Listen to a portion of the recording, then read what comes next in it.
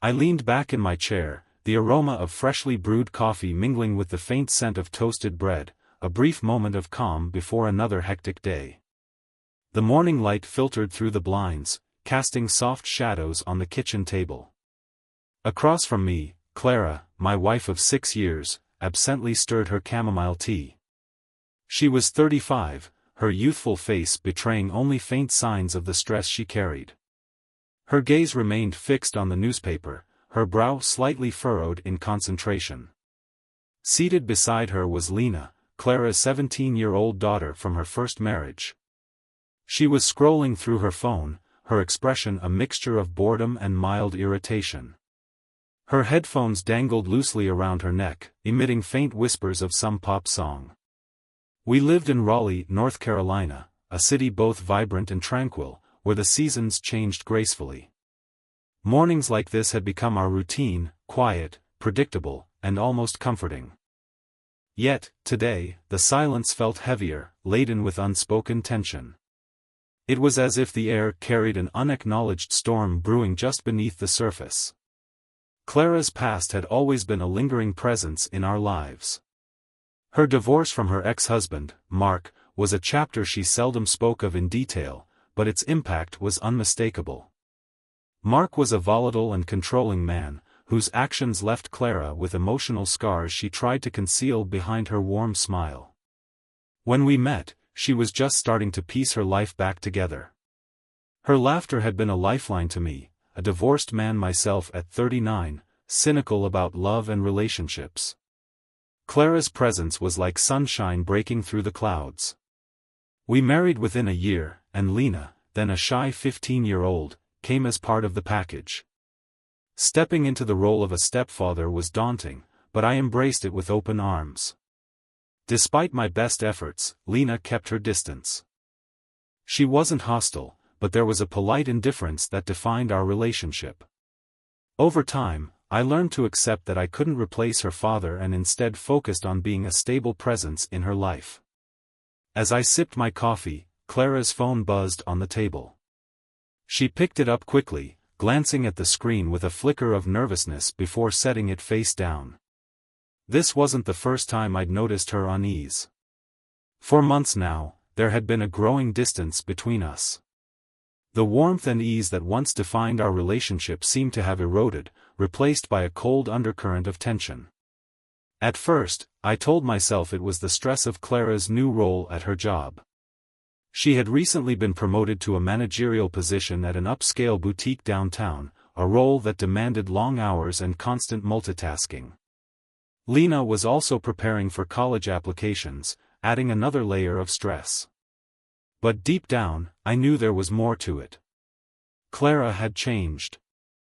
The way she clung to her phone, always keeping it within arm's reach, or how she smiled at her screen when she thought no one was watching, it all pointed to something she wasn't telling me.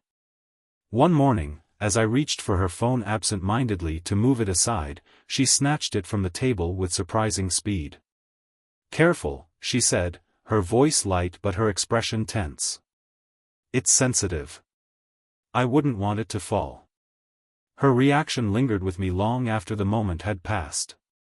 Over the following weeks, the unease between Clara and me grew more pronounced. I tried to rationalize her behavior, convincing myself that trust was the cornerstone of any strong marriage. But trust, I realized, wasn't blind faith. It needed to be nurtured, and Clara's actions were making that increasingly difficult. When I finally confronted her about her late nights, she dismissed my concerns with a wave of her hand and a practiced calmness. "It's just work, Jonathan," she said, her voice tinged with frustration. "The store's been crazy lately. We've been prepping for the new seasonal line, and there's so much to do." Her explanation was plausible, even logical, but her body language betrayed her words. Her eyes darted away, and the faintest hint of hesitation crossed her face. I didn't press her further that evening, but the seeds of doubt had already taken root. The following weekend, I decided to take a drastic step, one that felt both invasive and necessary. I hired a private investigator.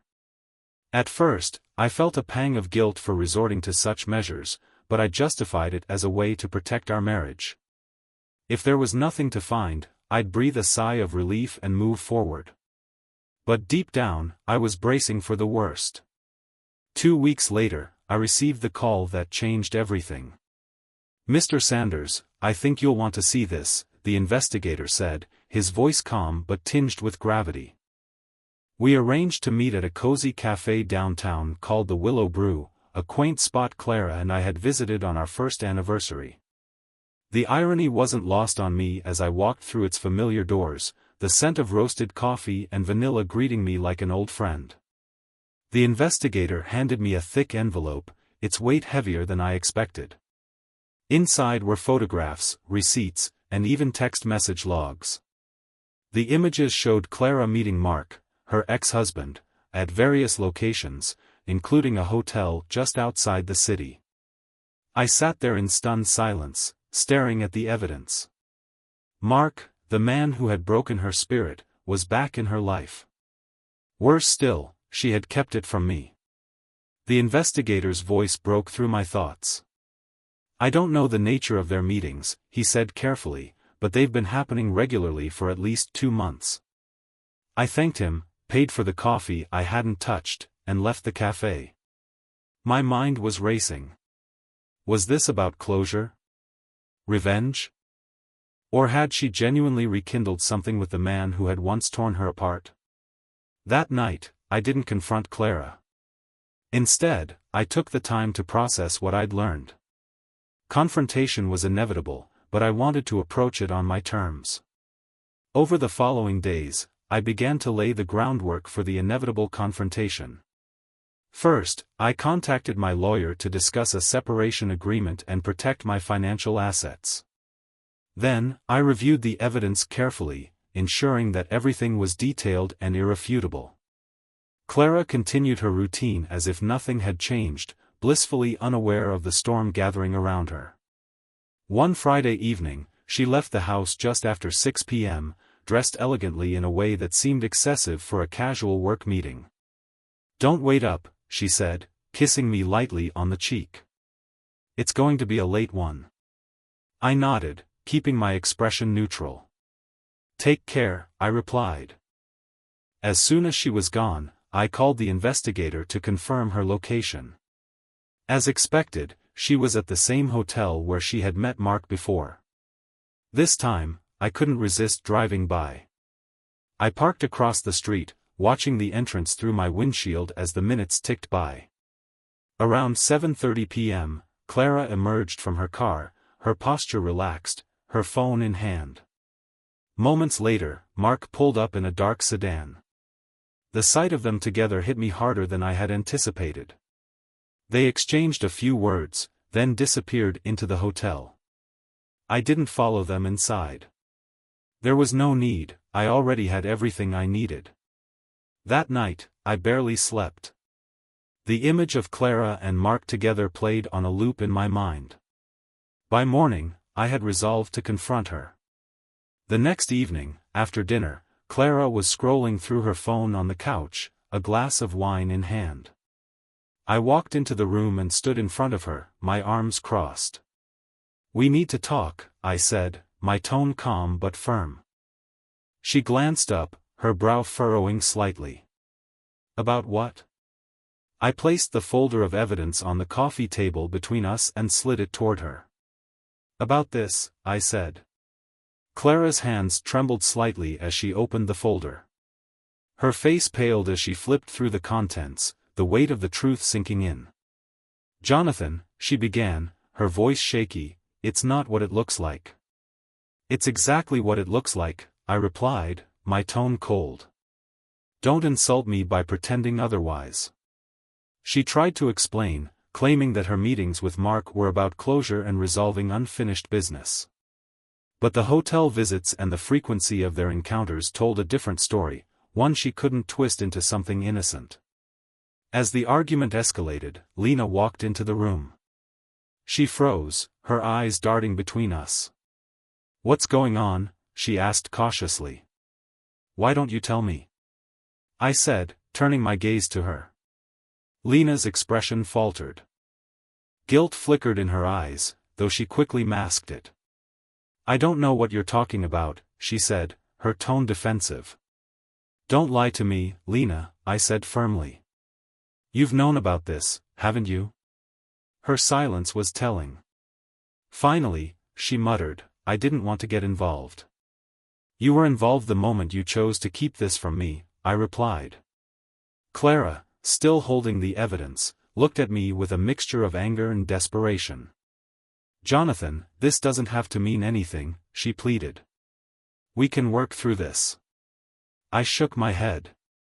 "No, Clara. You made your choice, and now I'm making mine." With the confrontation out in the open, I laid out my terms. Clara would sign a separation agreement, forfeiting any claim to my assets, and she would move out of the house within 30 days. Lena, now 17 and preparing for college, would not receive further financial support from me unless it was for her education. "I've done everything for this family," I said, my voice calm but resolute. "But this is where it ends." Clara's expression shifted from disbelief to anger. "You can't be serious," she said, her voice trembling. "I've never been more serious," I replied, sliding the legal documents toward her. "You've made your priorities clear. Now I'm doing the same." Lena, standing by the doorway, crossed her arms. "This is ridiculous," she snapped. "You're just walking away from your family like we're nothing?" I turned to her, my tone measured. "Family? A family doesn't betray one another, Lena. A family doesn't lie and hide things. What you and your mother have done, it's not what a family is." Clara hesitated, her hand hovering over the pen. "You're doing this out of spite," she accused, her tone sharp. "No," I said firmly. "I'm doing this because I deserve better." With a resigned sigh, Clara picked up the pen and signed the documents. Her hands shook as she scribbled her name on the lines. Lena glared at me but said nothing. The following morning, I contacted my realtor to list the house. It was too big for just me, and the memories it held were now tainted. Clara and Lena moved in with Mark shortly after the papers were signed. I expected this, it was the logical next step for Clara given her choices. But what I didn't expect was how quickly their fresh start unraveled. Within weeks, Mark's true nature resurfaced. Clara called me late one night, her voice trembling. "Jonathan," she said, trying to maintain composure, "I need your help." "There's nothing left to discuss, Clara," I replied, my voice cold. "It's about Lena," she pleaded. "Mark, he's not the same. She's scared." "I'm scared." Her words gave me pause, but I couldn't suppress the bitterness in my response. "And you thought he'd change?" I asked. "After everything he put you through the first time?" "I made a mistake," she admitted, her voice breaking. "I'm sorry, Clara, but this isn't my problem anymore," I said. But I couldn't ignore Lena's situation. Despite everything, she was still a teenager caught in the crossfire of her mother's poor decisions. After a sleepless night, I called Clara back with a proposition. "I'll help pay for Lena's education," I said. "But under one condition, neither you nor Mark will have access to the funds. It'll go directly to her college expenses." Clara agreed without hesitation. Her pride had been broken, and she no longer had the leverage to argue. When Lena found out, her reaction was predictably hostile. "So now you're swooping in to play the hero?" she sneered. "This isn't about being a hero," I said evenly. "This is about making sure you have a future, despite your mother's choices." She rolled her eyes. "Yeah, like that makes up for anything." "It doesn't," I admitted. "But it's all I'm willing to do." The days that followed were strangely quiet. Clara stopped calling, and for a while, I thought she had finally accepted the consequences of her actions. Lena, however, remained distant. Even though I had agreed to fund her education, our conversations were brief and tense. A few weeks later, I received an email from Clara. It wasn't an apology but rather an update on her situation with Mark. She explained that Mark had become increasingly volatile and controlling. He had lost his job, started drinking again, and taken out his frustrations on both of them. "I just wanted you to know," she wrote, "that I'm trying to get us out of this. I don't expect anything from you, but I thought you should know what's happening." I didn't respond. Clara's choices had led her here, and as harsh as it sounded, I didn't feel it was my responsibility to save her. But then Lena showed up at my doorstep one evening, her eyes red from crying. "I can't stay there anymore," she said, her voice barely above a whisper. I let her in without hesitation. Over the next few hours, she opened up in a way I hadn't expected. She described how Mark's temper had escalated, how he and Clara fought constantly, and how unsafe she felt in the house. "Why didn't you tell me sooner?" I asked, struggling to keep my frustration in check. She shrugged, looking away. "I didn't think you'd care. Not after everything." Her words stung, but I couldn't blame her for feeling that way. "You're my responsibility now," I said. "I'll make sure you're safe." The next morning, I contacted my lawyer to formalize Lena's living arrangements. Clara called shortly after, demanding an explanation. "You can't just take her," she shouted. "She's my daughter." "She came to me, Clara," I said, my tone cold. "And after what you've put her through, I think it's clear who she feels safer with." Clara tried to argue, but the law was on my side. Lena was old enough to decide where she wanted to live, and she had chosen me. Lena's presence in the house was an adjustment for both of us. At first, she kept to herself, spending most of her time in her room or at school. But slowly, the walls she had built around herself began to crumble. One evening, as we sat on the couch watching TV, she turned to me and said, "I'm sorry." "For what?" I asked, surprised. "For not standing up for you. For taking her side when I knew she was wrong." Her voice cracked, and tears welled in her eyes. "I was angry at you because it was easier than being angry at her," she admitted. I placed a hand on her shoulder. "You don't need to apologize, Lena. You've been through a lot. None of this is your fault."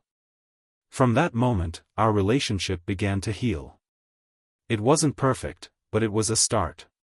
Months later, Clara and Mark's relationship imploded. Mark was arrested after a violent altercation, and Clara was left to pick up the pieces once again. She called me, desperate for help, but I couldn't bring myself to get involved. "I'm sorry, Clara," I said, my voice firm. "I've moved on, and you need to do the same." Her silence on the other end of the line was deafening. For the first time in years, I felt free. I sold the house and moved into a smaller, more modest home. I started traveling, a dream I had put off for far too long.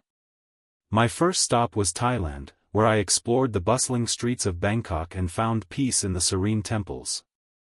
One evening, as I watched the sunset on a beach in Bali, I thought about everything that had happened.